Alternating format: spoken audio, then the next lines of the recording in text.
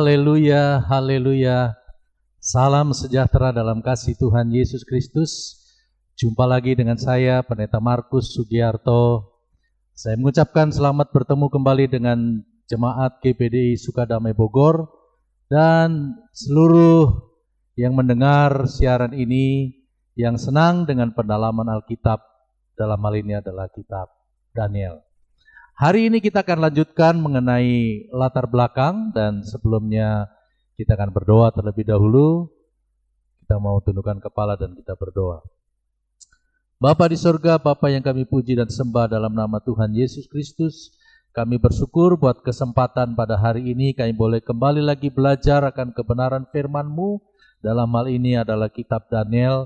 Tuhan, Engkau Allah yang memiliki firman. Bukakan rahasia kebenaran firman-Mu bagi kami hamba-Mu dan bagi seluruh umat-Mu yang mendengar. Supaya dengan firman-Mu hidup kami diteguhkan, hidup kami dikuatkan, hidup kami dibangun, iman percaya kami dibangkitkan. Terima kasih Tuhan, kami akan menerima pendalaman Alkitab ini dalam nama Tuhan Yesus Kristus. Haleluya. Amin. Amin. Nah, saudara-saudara yang saya kasih dalam Tuhan, minggu lalu kita sudah belajar tentang profil Daniel, ya, dan kita akan lanjutkan pagi hari ini atau hari ini. Kenapa Daniel mempunyai karir yang bagus? Minggu lalu saya sudah sampaikan bahwa yang pertama, Daniel adalah seorang muda yang mau belajar, seorang muda yang mau duduk di kaki Tuhan. Dan yang kedua, Daniel adalah seorang yang mempertahankan hidup kudus. Dia tidak mau mencampurkan segala sesuatu yang najis masuk di dalam kehidupannya atau masuk dalam tubuhnya. Lalu yang ketiga, Daniel itu mendapat karunia, dan karunia ini khusus karena karunia kasih sayang. Sehingga dimanapun dia berada, apapun yang dikerjakannya di mata atasannya, di mata pemimpinnya, dia mendapatkan kasih sayang. Lalu yang keempat, Daniel juga adalah seorang yang pemberani.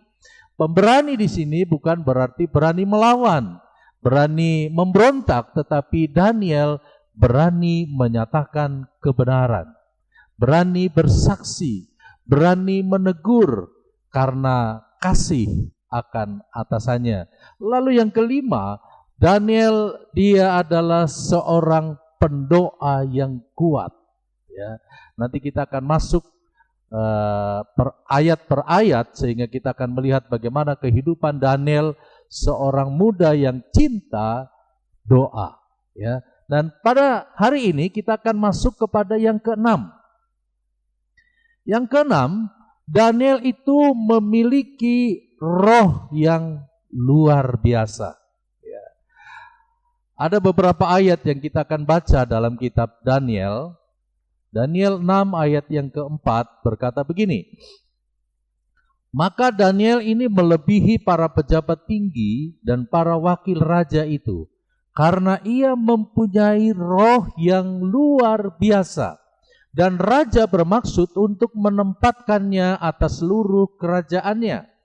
Kemudian para pejabat tinggi dan wakil raja itu mencari alasan dakwaan terhadap Daniel dalam hal pemerintahan. Tetapi mereka tidak mendapatkan alasan apapun atau sesuatu kesalahan, sebab ia setia dan tidak ada didapati sesuatu kelalaian atau sesuatu kesalahan padanya. Ya. Jadi yang keenam, yang membuat Daniel punya karir tetap naik, karirnya tetap bagus, karena di dalam kehidupan Daniel ada roh yang luar biasa. Ya.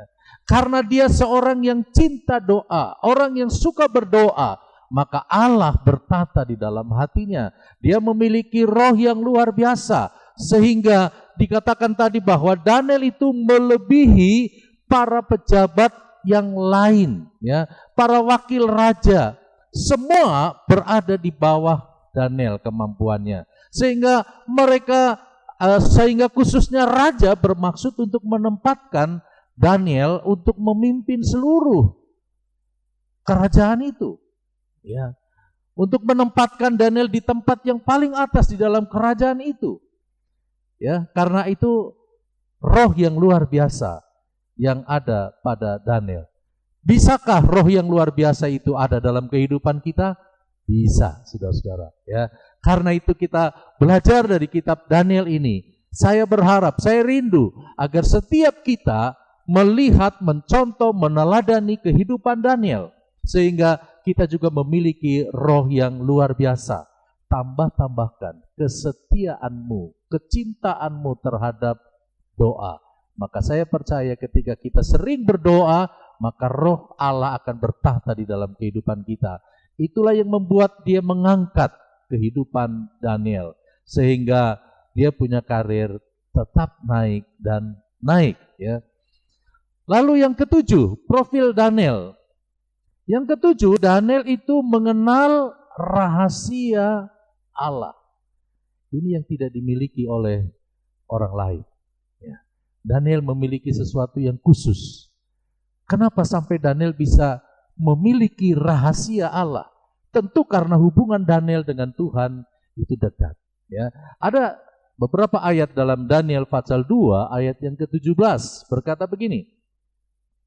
Kemudian pulanglah Daniel dan memberitahukan hal itu kepada Hananya, Misael dan Asaria teman-temannya, dengan maksud supaya mereka memohon kasih sayang kepada Allah semesta langit mengenai rahasia itu, supaya Daniel dan teman-temannya jangan dilenyapkan bersama-sama orang bijaksana yang lain di Babel. Maka rahasia itu disingkapkan kepada Daniel dalam suatu penglihatan malam. Lalu Daniel memuji Allah semesta alam. Ya. Jadi di dalam negeri Babel itu, ya, Raja Nebukadnezar dia bermimpi. Pada waktu dia bermimpi karena tidak tahu apa artinya mimpi itu, membuat dia menjadi gelisah. Dan orang Kasdim dikumpulkan, semua orang bijaksana dikumpulkan di Babel, tetapi ketika mereka diminta untuk mengartikan apa dari mimpi itu, ya, mereka tidak ada yang tahu. Padahal raja sudah memberikan ancaman. Apabila salah dalam mengartikan mimpi itu, maka akan dipenggal kepalanya. Ya. Dan mereka ketakutan, mereka tidak ada yang tahu arti mimpi itu. Dan saudara-saudara, karena Daniel dia adalah seorang yang rajin berdoa, adalah seorang yang memiliki kuasa doa. Ya, dia bergumul, dia minta, dia beritahukan kepada timnya, ya, kepada saudara-saudaranya yang seiman. Doakan supaya kami orang-orang bijak yang ada di kepemerintahan Babel ini tidak dilenyapkan. Ya. Nah, karena itu akhirnya Tuhan membukakan rahasia dari mimpi itu. Dan rahasia yang dari Allah ini ditangkap oleh Daniel, dimiliki oleh Daniel. Dia mengenal rahasia Allah itu dan akhirnya dia sampaikan kepada raja. Jadi saudara-saudara yang saya kasihi di dalam Tuhan, betul kalau kita menjadi sahabat Allah, arti seorang sahabat artinya dia akan membukakan semua. Tidak ada yang ditutup-tutupi, itulah sahabat. Kalau Allah menjadi sahabat kita, tidak ada yang dia akan tutup-tutupi. Dia akan sampaikan, dia akan beritahukan. Untuk apa? Untuk menolong, untuk menyelamatkan umatnya. Ya, karena itu kita perlu mengenal Allah lebih dalam lagi. Seperti Daniel, dia dapat mendapatkan rahasia daripada Allah. Ada satu ayat di dalam Hosea pasal 4 ayat yang ke-6 bagian A saja. Ayat itu berkata bahwa umatku binasa karena tidak mengenal Allah. Ya. Jadi betapa pentingnya kita sebagai orang percaya, mengaku kita orang Kristen, kita bukan hanya Kristen di KTP, tetapi kita harus mengenal Allah. Ya, mengenal siapa Allah kita, mengenal apa di dalam Allah kita, sehingga kita perlu terus belajar, dan belajar. Dari kebenaran firman kita bisa mengenal keberadaan Allah kita. Dalam Daniel pasal 11 ayat yang ke-32 berkata begini, dan orang-orang yang berlaku fasik terhadap perjanjian akan dibujuknya sampai murtad dengan kata-kata yang licin, tetapi umat yang mengenal Allahnya akan tetap kuat dan akan bertindak. Ya. Saudara-saudara, saya katakan bahwa kitab Daniel ini nanti akan banyak bicara mengenai akhir zaman. Nah, di akhir zaman ini ayat berkata bahwa orang fasik itu akan terus dibujuk sampai murtad, ya, dengan kata-kata licin, kata-kata yang menyenangkan, kata-kata yang enak didengar, ya. Nah, kita harus hati-hati di akhir zaman ini. Ya. Banyak hal-hal yang sepertinya secara daging, berita-berita itu menyenangkan kita. Tetapi tanpa sadar, kita sudah diajak untuk melanggar ketetapan Allah. Sehingga kita tidak lagi menjadi orang benar, tidak lagi menjadi orang yang mengenal Allah. Sedangkan orang yang mengenal Allahnya, di sini dikatakan dia akan tetap kuat dan akan bertindak. Ya. Kita lihat contoh dalam kehidupan Daniel. Daniel di dalam hidupnya dia punya pendirian. Tidak mudah terbawa arus. Ya. Jangan heran kalau di akhir zaman nanti ada gereja palsu. Ya. Saudara bayangkan, baru namanya saja gereja palsu. Tetapi ada orang yang senang-senang mendengarkan hal-hal yang palsu. Pernyataan-pernyataan yang bersifat palsu itu lebih didengar daripada kebenaran firman Allah. Ya. Karena apa? Karena tidak punya pendirian. Hidupnya tidak punya pendirian. Tetapi orang yang mengenal Tuhan seperti Daniel, dia tidak gampang untuk terbawa arus. Ya. Hanya orang yang mengenal Allah, dia tetap kuat. Ya. Kebenaran tentang Allah harus kita kenal secara jelas. Bagaimana supaya bisa membuat orang lain kagum? Adalah kita harus mengenal Allah. Tidak mungkin orang akan kagum kepada kehidupan kita kalau kita tidak mengenal Allah yang benar, Allah yang besar, Allah yang maha mulia, Allah yang agung. Sehingga kealahannya itu ada dalam kehidupan kita ketika kita mengenal Dia. Dan itu yang membuat orang kagum. Ya. Puji Tuhan, kita akan masuk kepada yang ke-8, profil yang ke-8, Daniel adalah seorang yang rendah hati. Tuhan sangat senang dengan orang yang rendah hati. Sebaliknya, Tuhan membenci orang yang tinggi hati atau orang yang sombong. Amsal pasal 15 ayat yang ke-33 berkata begini, takut akan Tuhan adalah didikan yang mendatangkan hikmat, dan kerendahan hati mendahului kehormatan. Ya. Rendah hati bukan hanya disukai oleh Tuhan, tetapi rendah hati juga disukai oleh semua orang. Ya.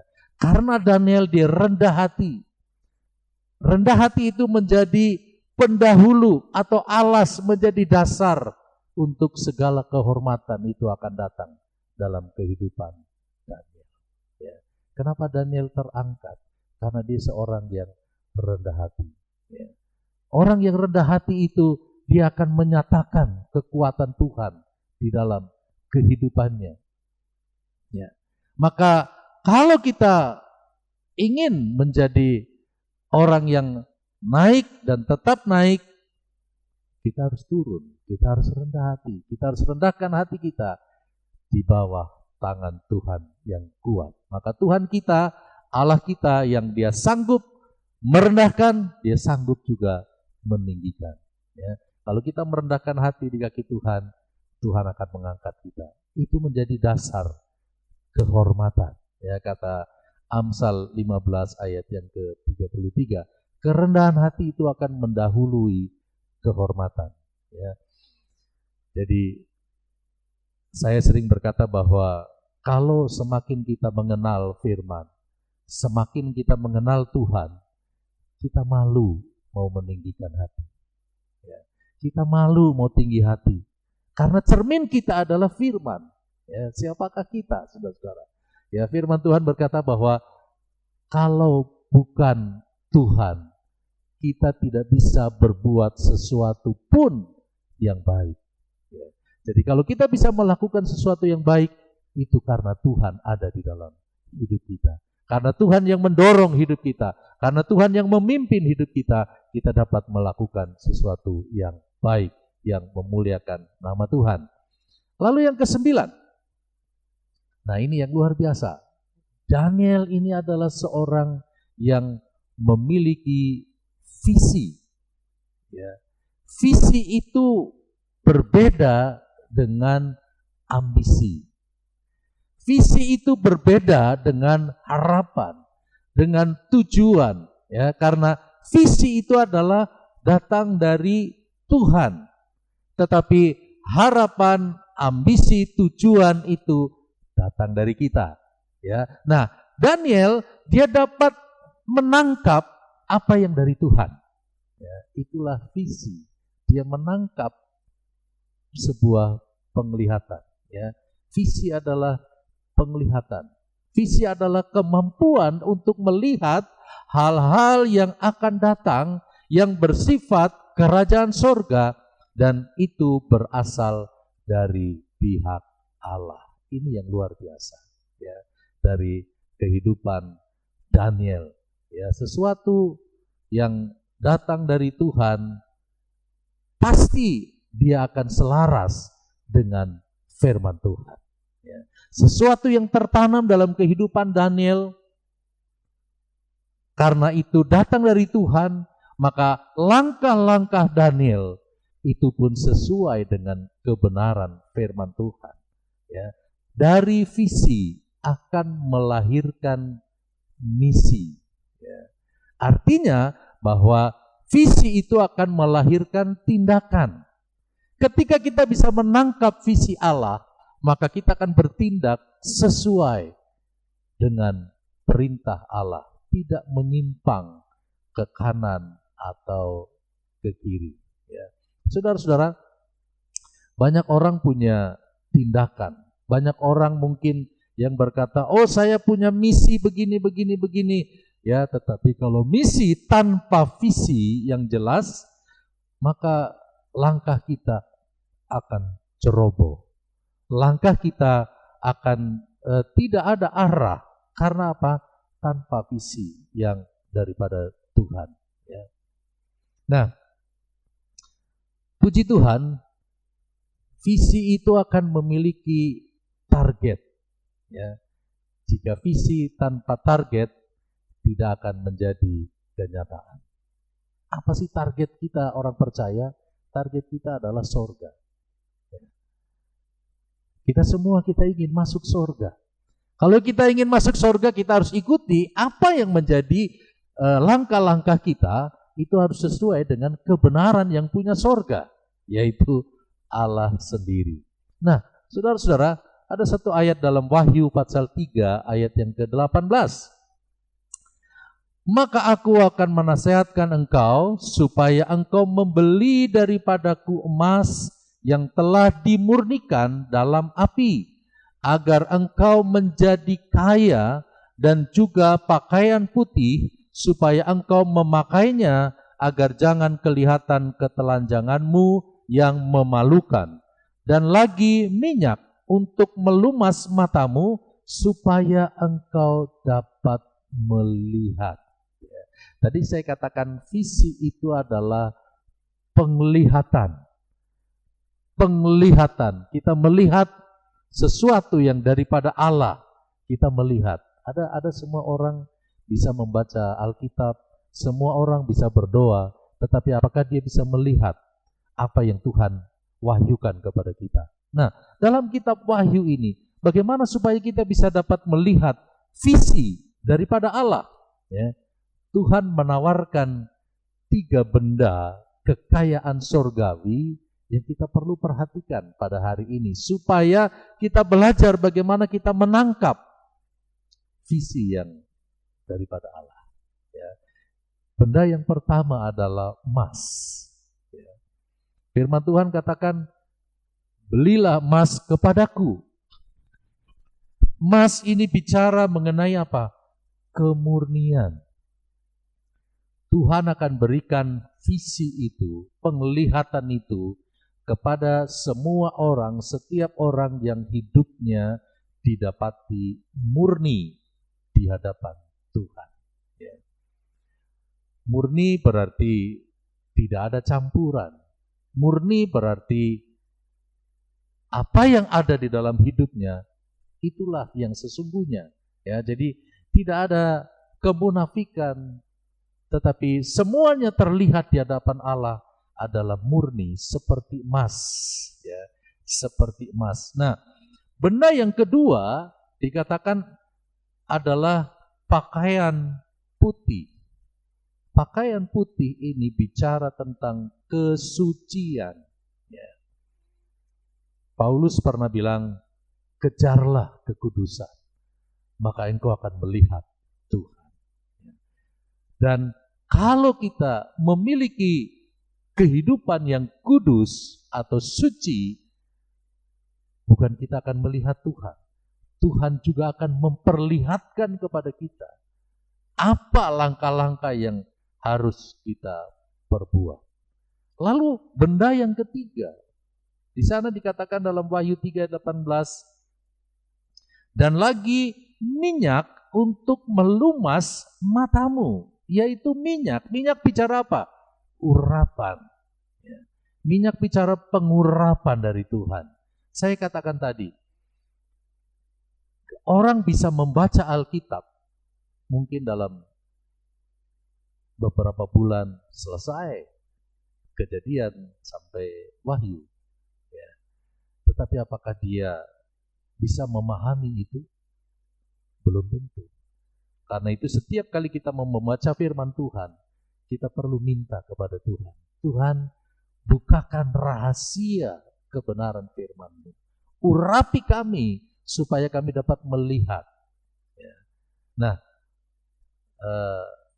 Daniel karena orang yang suka berdoa, ya, maka dalam persekutuan dengan Tuhan, itu yang membawa kehidupannya untuk mengenal, untuk tahu hari-hari yang akan datang. Ya. Kita sebagai orang-orang percaya, kita memiliki semangat untuk mengenal Tuhan, ya, karena pasti akan ada rahasia-rahasia yang Dia bukakan buat kita ketika kita memiliki semangat. Ya. Nah, itu mengenai profil Daniel. Ya, selanjutnya saya ingin menyampaikan garis besar 6 pasal pertama dari kitab Daniel. Ya, dari awal saya sudah katakan bahwa kitab Daniel ini dibagi dalam 2 bagian. Ya, pasal 1 sampai kepada pasal 6 dan selanjutnya 7 sampai 12. Nah, garis besar pasal 6 pasal yang pertama dari pasal 1 sampai pada pasal yang ke-6 ini berbicara mengenai peperangan. Saudara-saudara, ya. Berbicara mengenai peperangan. Nah, apa pentingnya kita pelajari pasal 1 sampai pasal 6 ini? Peperangan yang saya maksudkan di sana adalah bicara secara khusus kehidupan kita sebagai orang Kristen, di mana kita akan menghadapi tantangan demi tantangan. Ya. Jadi pasal 1 sampai kepada pasal 6 ini penting karena ini berbicara tentang kehidupan Kristen yang sesungguhnya. Ya, apa-apa yang kita akan hadapi, kita akan belajar dari Kejadian pasal 1 sampai kepada pasal yang ke-6. Ya. Kita akan melihat secara jelas hal-hal yang harus diperhatikan dalam kekristenan yang identik dengan pertarungan rohani, ya, atau peperangan rohani. Nah, dalam Perjanjian Baru ada pernyataan tentang pertarungan ini. Ya, ada peperangan itu bicara tentang yang bersifat mistis. Ada peperangan mempunyai aspek yang luas dan harus mempunyai kesungguhan. Ya, jika gereja punya masalah, gereja menghadapi peperangan, jangan kita langsung mundur. Tetapi itu artinya kita sedang bertumbuh. Ya. Jadi ketika peperangan datang, tantangan datang, kita belajar dari kitab Daniel ini. Ya. Ketika tantangan datang dalam kehidupan Daniel, Daniel nggak mundur. Tapi Daniel justru semakin maju. Karena dia tahu, karena ada pertumbuhan dalam Daniel, maka ada tantangan. Ya. Saya suka memberikan gambaran. Kalau pohon mangga, dia tidak ada buahnya, maka orang nggak melirik. Ya. Orang cuek dengan pohon itu. Karena apa? Nggak ada buahnya. Tetapi ketika melihat mulai ada tumbuh, ada bunga-bunga, ada buah-buah kecil, ya, maka buahnya itu semakin besar. Itu yang membuat orang mulai melirik buah mangga, pohon mangga itu. Ya. Nah, melirik ini ada yang punya tanggapan yang positif, ada punya tanggapan negatif. Kalau yang positif, wah, saya kepingin punya pohon mangga yang seperti itu. Tetapi kalau yang negatif, wah, bagaimana caranya saya akan mencuri buah mangga itu. Ya. Nah, jadi saudara-saudara yang saya kasihi di dalam Tuhan, karena itu dalam kehidupan Kristen. Dalam kehidupan Kristen, kita sama seperti pohon. Ya, ketika kita mulai ada buah pertobatan, mulai ada perubahan-perubahan dalam kehidupan kita juga akan menghadapi peperangan. Ya. Kita akan menghadapi tantangan. Nah, saudara-saudara, baik, kita akan mulai dari pasal 1. Ya, secara garis besar, saudara-saudara. Saya belum masuk ayat ke ayat. Ya, nanti ayat ke ayat lebih dalam lagi. Ya, ini baru garis besar. Pasal 1 itu bicara tentang apa? Peperangan diri sendiri. Peperangan dengan diri sendiri. Ya. Apa maksudnya? Saudara-saudara, Daniel itu diperhadapkan dengan fasilitas kerajaan. Ya. Artinya bahwa dia berada di tempat yang baik, dia berada di tempat yang bagus. Lalu di sana ada juga santapan-santapan raja yang secara daging itu enak untuk dimakan. Ya.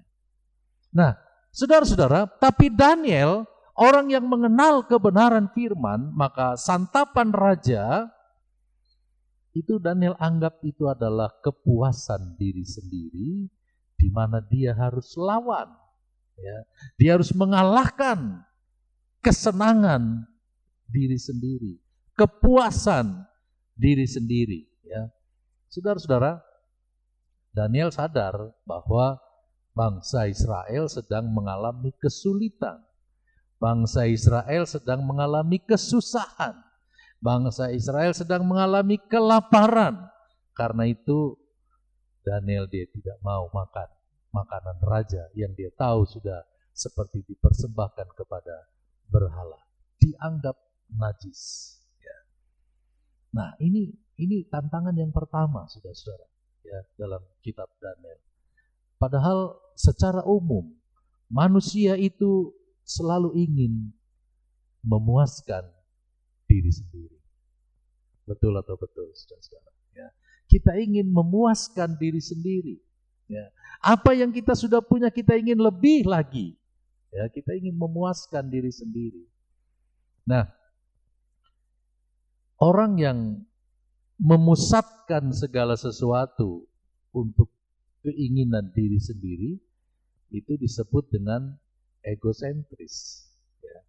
Dia tidak peduli dengan orang lain, tetapi yang penting dirinya puas, yang penting keperluanku terpenuhi. Itu egosentris, saudara-saudara.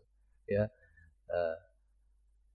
Dalam sejarah, dalam kitab Kejadian, kita ingat pada cerita tentang anak-anak Adam. Ada dua yang kenal, yaitu Kain dan Habel. Ya. Kain adalah seorang tokoh yang mementingkan kesenangannya sendiri. Berbeda dengan Habel. Ya. Jadi seringkali ini menjadi gambaran. Ada jemaat tipe Kain, ada jemaat tipe Habel. Kalau jemaat tipe Kain, biasanya dia selalu mencari kepuasan diri sendiri. Ya. Kita tahu cerita Kain itu. Ya. Dia mencari kesenangannya sendiri. Berbeda dengan Habel. Ya. Habel adalah tipe jemaat yang senang berbuat sesuatu bagi Tuhan. Berbuat sesuatu bagi pekerjaan Tuhan.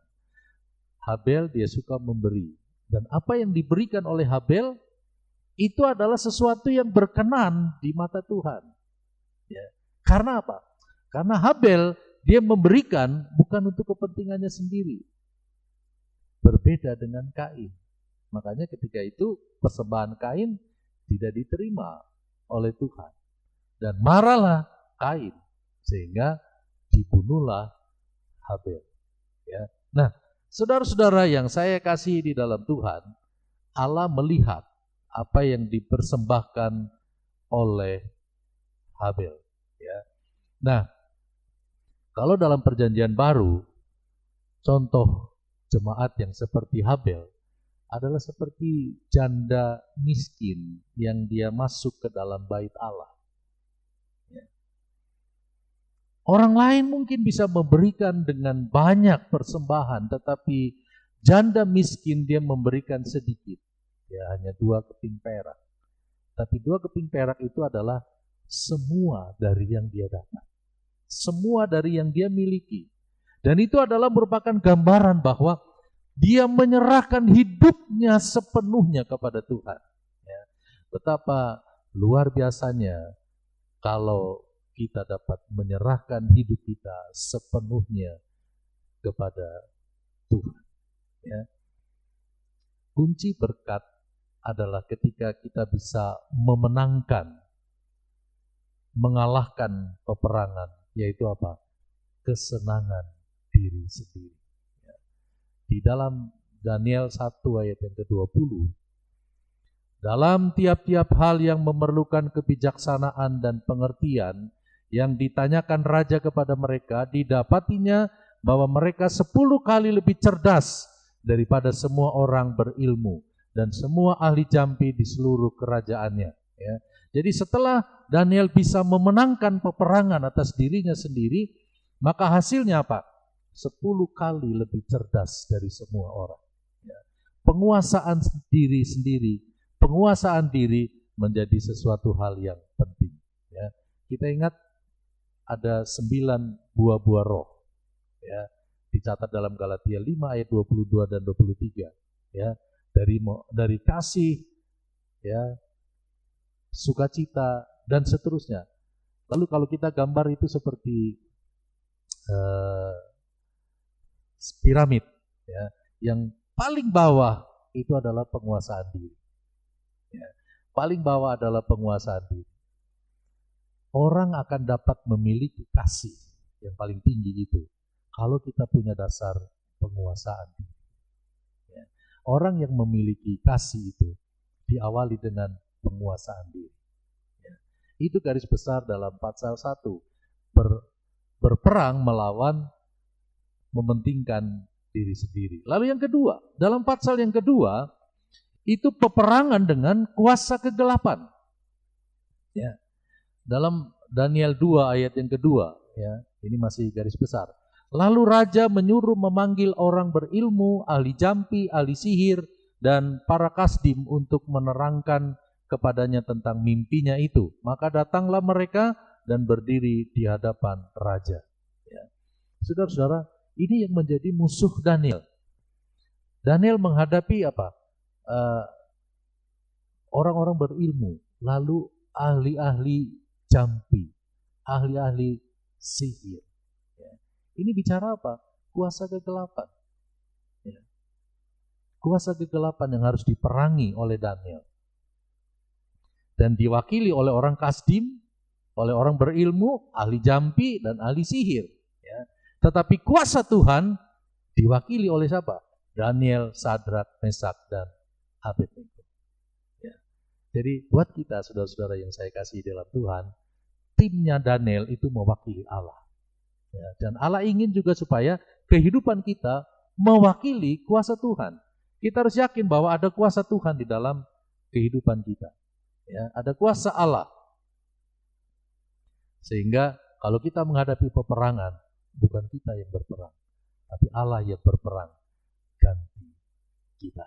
Ya, jangan sampai kehidupan kita kosong, karena kita tahu ada Tuhan yang menyertai kita. Lalu yang ketiga, peperangan yang ketiga, dalam pasal yang ketiga dikatakan peperangan dengan penyembahan berhala. Ya, ini pasal 3 ayat 5. Demi kamu mendengar bunyi sangkakala, seruling, kecapi, rebab, gambus, serdam, dan berbagai-bagai jenis bunyi-bunyian, maka haruslah kamu sujud menyembah patung yang telah didirikan Raja Nebukadnezar itu. Siapa yang tidak sujud menyembah akan dicampakkan seketika itu juga ke dalam perapian yang menyala-nyala. Ya. Saudara-saudara, raja membuat patung dan dia mau seluruh rakyatnya menyembah kepada patung itu. Nah, ini peperangan, saudara-saudara. Ya. Ini adalah tantangan bagi kehidupan Kristen. Daniel, dia tidak mau menyembah patung itu. Ya. Saudara-saudara, perlu kita tahu bahwa sesungguhnya dalam diri manusia ada kebutuhan untuk memuaskan roh. Ya, kita itu bedanya kita dengan binatang karena kita mempunyai roh. Nah, roh itulah yang membuat sebenarnya manusia punya kebutuhan adalah untuk memuaskan rohnya. Sehingga manusia ingin menyembah, manusia ingin memuji, manusia ingin memuja. Nah, kalau kita sudah salah arah, bukan Allah yang kita sembah, bukan Allah yang kita puji. Ya. Tapi kehebatan yang lain. Wah, di dalam pohon besar ini ada sesuatu yang luar biasa. Ya, jadi ada kebutuhan untuk menyembah. Nah, iblis ini seringkali dia mau merebut kebutuhan roh itu. Dengan apa? Dengan berhala. Ya. Dengan berhala. Ya, Raja Nebukadnezar dia membuat patung ya, supaya orang sujud untuk menyembah patung.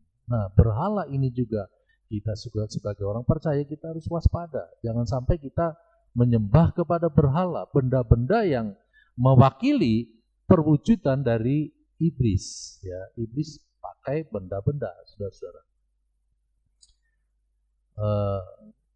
Tuhan tidak pernah mewakilkan wujudnya dalam bentuk apapun.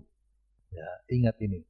Tuhan tidak pernah mewakilkan. Jadi kalau bilang ini dari Tuhan, hati-hati. Ya, hati-hati. Misalnya, dia bilang salib. Saya dulu mau punya salib. Salib itu dia bisa keluar air mata dari salib. Ya, dari patung ini bisa keluar air mata. Saudara, ingat, Tuhan tidak pernah mewakilkan kuasanya kepada benda-benda. Ya. Jadi salib atau lukisan, ya, itu hanya orang menafsirkan. Ya. Orang menafsirkan. Dan misalnya benda-benda yang bersifat rohani lalu saudara anggap itu menjadi berhala dalam kehidupan saudara. Ya. Karena apa, saudara-saudara? Allah memiliki firman dan firman itu harus digenapi. Ya, dalam Lukas 16 ayat 13, seorang hamba tidak dapat mengabdi kepada dua tuan. Karena jika demikian, ia akan membenci yang seorang dan akan mengasihi yang lain. Atau ia akan setia kepada yang seorang dan tidak mengindahkan yang lain. Kamu tidak dapat mengabdi kepada Allah dan kepada Mamon. Uang juga bisa menjadi berhala. Ya. Ada orang yang karena uang dia tidak mau cari Tuhan. Dia lebih mengasihi uang daripada mengasihi Tuhan. Ya. Dia akan lebih mementingkan yang satu dan tidak mengindahkan yang lain. Ya. Nah, karena itu Tuhan tidak mau itu. Nah, jadi tantangan yang kedua adalah, yang ketiga adalah peperangan penyembahan kepada berhala. Nah, berhala tadi saya sudah jelaskan. Ada hal-hal yang bisa juga orang menganggap itu sebagai seperti Tuhan, seperti Tuhannya dia. Ya. Hati-hati. Lalu yang keempat dalam pasal 4 itu berbicara mengenai peperangan dengan kesombongan. Ya. Peperangan dengan kesombongan. Daniel 4 ayat 33, pada saat itu juga terlaksanalah perkataan itu atas Nebukadnezar, dan ia dihalau dari antara manusia dan makan rumput seperti lembu, dan tubuhnya basah oleh embun dari langit, sampai rambutnya menjadi panjang seperti bulu burung rajawali, dan kukunya seperti kuku burung. Ya. Akibat Nebukadnezar bermimpi akan menjadi besar, ya, Daniel sudah mengingatkan, dalam mimpi diperingatkan supaya tidak sombong. Karena kesombongan itulah yang membuat Allah merendahkan. Ketika Nebukadnezar menjadi sombong, kita lihat tadi, ya, bahwa ia dihalau dari antara manusia. Bayangkan, dia makan rumput. Ya. Raja Nebukadnezar ini sama seperti binatang, direndahkan. Karena apa? Dia meninggikan diri. Ya. Betul firman Tuhan yang berkata bahwa Tuhan benci kepada orang yang meninggikan hati. Ya. Raja Nebukadnezar, dia direndahkan seperti binatang. Ya. Dia makan rumput seperti lembu, dan tubuhnya basah oleh embun dari langit. Rambutnya menjadi panjang seperti bulu burung rajawali. 1 Petrus 5 ayat 5. Demikian jugalah kamu, hai orang-orang muda. Ya, ini pesan buat orang-orang muda.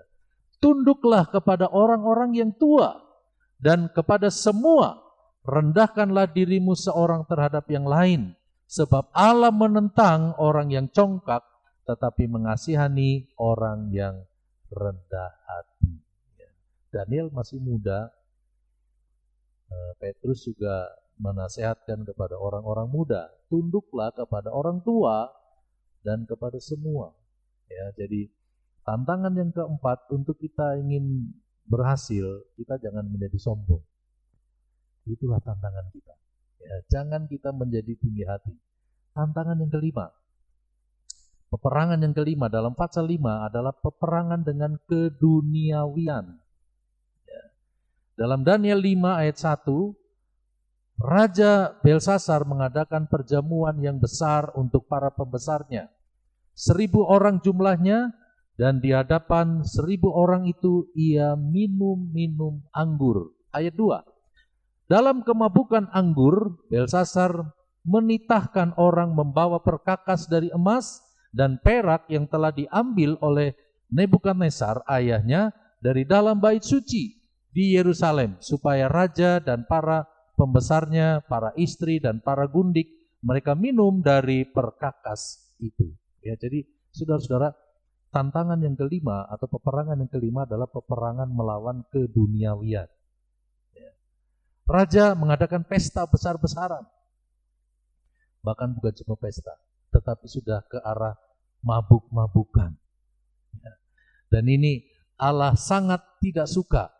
Ya, apalagi tadi di dalam ayat yang kedua, raja memerintahkan apa? Mengambil perabot-perabot dari bait Allah, dipakai untuk minum, untuk mabuk-mabukan. Ya. Nah, ini yang Allah tidak suka. Karena itu adalah berbicara apa? Kepuasan daging. Ya, keduniawian itu hanya ingin memuaskan dagingnya.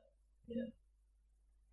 Pesta sampai mabuk-mabukan itu bicara tentang keduniawian. Ya, gaya hidup kita itu harus gaya yang mengikuti Tuhan. Artinya kita bukan orang yang suka kepada hal-hal keduniawian. Ya. Kalau kita diberkati Tuhan, pakailah itu untuk memuliakan Tuhan. Ya.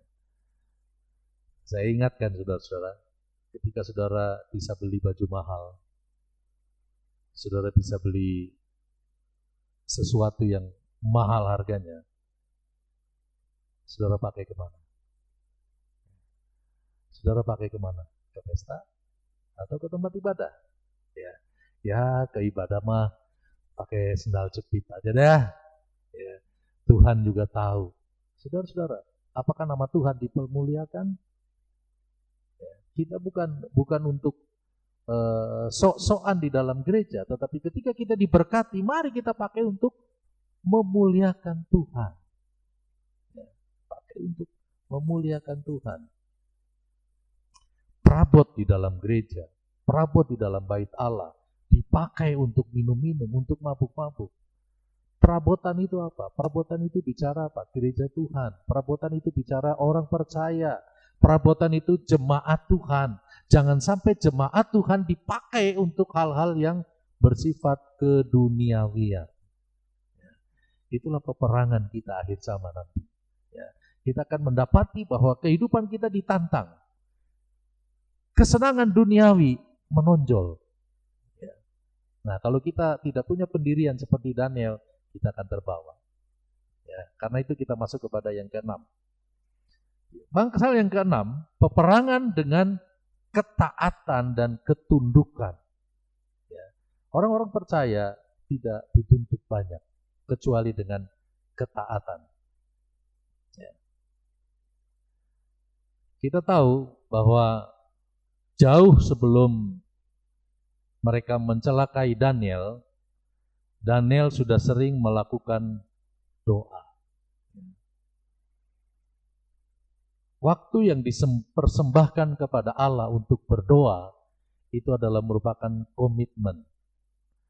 Doa adalah membangun wujud Allah dalam kehidupan kita. Ketika keputusan dijatuhkan kepada Daniel, karena orang terus ingin mencelakai Daniel. Orang ingin terus mencelakakan Daniel dan kawan-kawannya. Apa yang dilakukan oleh Daniel? Berdoa. Ya.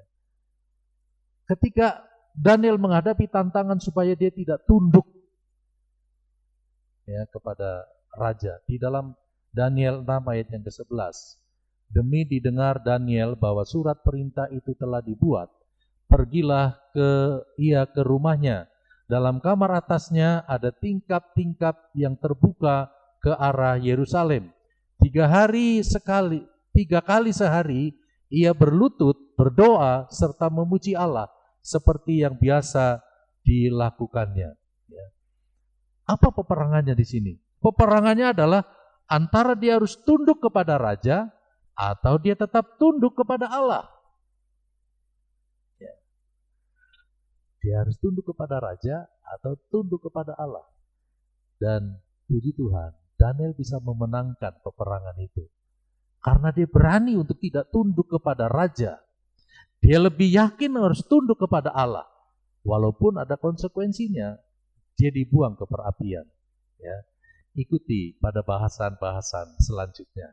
Karena akan lebih menarik ya kita membahas tentang kitab Daniel. Ya. Nah, bagi kita hari-hari ini, pelajaran yang kita bisa dapatkan, kita sekarang ini sedang dekat dengan siapa? Dekat dengan Tuhan atau kita sedang dekat dengan yang lain? Ya, kalau kita dekat dengan Tuhan seperti Daniel, kita melihat pembelaan demi pembelaan Tuhan terjadi atas kehidupannya. Ya, puji Tuhan. Sekalipun ada banyak tantangan, sekalipun akan ada banyak peperangan, tapi saya yakin Tuhan akan membela dan menolong kita. Ya. Minggu depan kita akan lanjutkan, kita akan mulai membahas ayat demi ayat. Jadi ikuti terus pendalaman Alkitab, kitab Daniel. Tuhan memberkati. Mari kita tutup dalam doa. Bersyukur dan terima kasih Tuhan atas kebenaran firman-Mu yang membukakan mata rohani kami untuk kami lebih lagi mengenal siapa Daniel dan teristimewa mengenal siapa Engkau Tuhan kami. Kami yakin Tuhan Engkau menghendaki supaya kehidupan kami sama seperti kehidupan Daniel, melihat perkara-perkara besar yang Tuhan rencanakan dalam hidup kami. Karena itu Tuhan, tanamkan kebenaran firman-Mu dalam hati dan kehidupan kami, supaya hidup kami lebih lagi menyenangkan hati Tuhan. Kami boleh menang di dalam segala perkara. Benar Tuhan, Engkau yang katakan bahwa kami lebih daripada pemenang, karena ada Kristus yang ada dalam hidup kami. Terima kasih Tuhan, kami mengucap syukur dan berdoa dalam nama Tuhan Yesus Kristus. Haleluya. Amin. Amin. Tuhan memberkati.